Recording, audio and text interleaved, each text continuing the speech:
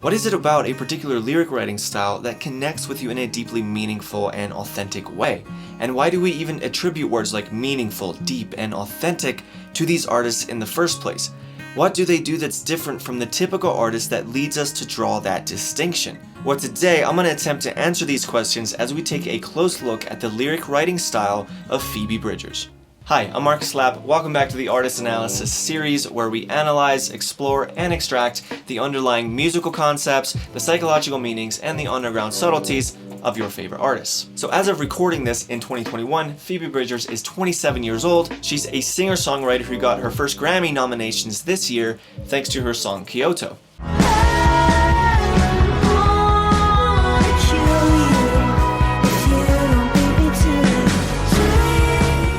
Something I really appreciate about Phoebe Bridgers is how she seems to embrace the dry and the sad nature and just the tragedy that life can be. She embraces that, and I think that's why her music isn't sugar-coated with things that could be described as superficial sounding effects like auto-tune, reverb, and other pop production effects. Her music is hauntingly dry, but maybe that's exactly the appeal. Because connecting this to psychology, people are sick and tired of being lied to, especially in the modern age of today where we have so much information and so much contradictory information. We have people clawing and fighting for the limelight to try and get us to pay attention to their viewpoint, whether that's religious, political, social, you name it. And I think when people listen to Phoebe Bridgers, even though it's sad, there's comfort in it because they feel like she's telling them the truth. Because human beings have an innate desire for truth.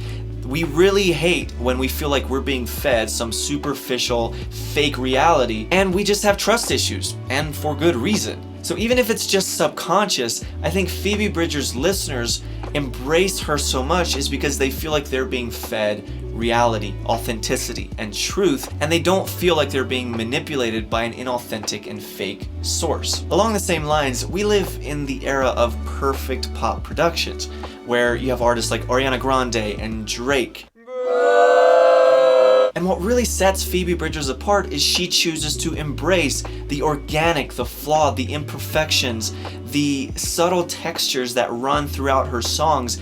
It's not always this clean, pristine, poppy kind of sound. There's a lot of grainy and you could say like asymmetrical elements that come together to make up the productions and the lyrics and the melodies in her songs that really set her apart, that make it feel like it's not over perfected, it feels human and it feels authentic. I think this all comes down to what you value as an artist. When I compare Phoebe Bridgers' music with an artist like Ariana Grande, here's one way of thinking about the difference. You could say modern pop artists and productions are the auditory equivalent of using excessive makeup, while Phoebe Bridgers prefers to use little to no makeup in her productions, and that's exactly what makes her stand out.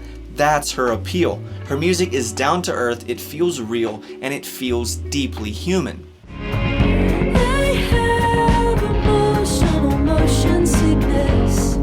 Somebody roll the windows down. There are no words in the English language.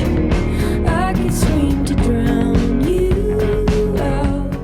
Now this is a little bit of a side tangent here, but I think it's really interesting how little she swears in her music. Now swearing doesn't bother me personally as long as it's not forced or cringy or just out of place, but I think it's worth talking about because it goes to show that she's not a lazy writer. Unlike many artists, she doesn't rely on swear words to make people pay attention to her. She believes in herself and her lyric writing enough to where she doesn't fall back on the crutches of using swear words, and I think that's quite commendable, especially when you consider the melancholy and the sad nature of her music. She doesn't need to do this to get your attention.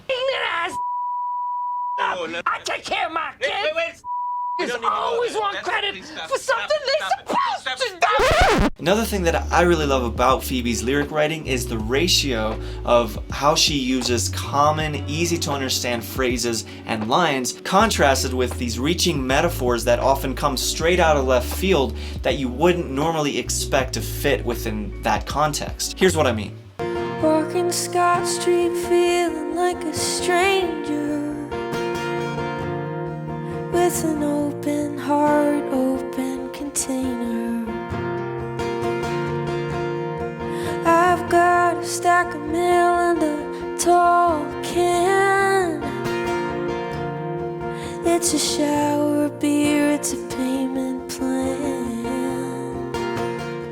She does a great job with not overwhelming you with these reaching far left field metaphors. Instead, she keeps you grounded by adding these easily comprehensible lines anywhere from say 30 to 50% of the time. This is a delicate balance that I doubt she pays that much conscious attention to, but I think it's an important thing to note here because as much as you want to write interesting lyrics, you also need to keep your casual listener in mind. You don't want to lose your listener by using too many metaphors back to back to back. You want to keep the song grounded by adding in some easily comprehensible lines that are easy to grasp and easy to understand, and then contrast that with these deeper metaphorical lines that drive the meaning of the song forward and take the song to a deeper place. So Phoebe Bridgers is not only an incredible indie artist, in a way she is indie music. She's the poster child for what I think indie music should sound like and what indie music should feel like. What I really appreciate about her is she comes across as a genuinely happy person when you watch her talk in interviews, which I think proves that you don't need to be a constantly depressed emo train wreck to write deep and meaningful sad songs.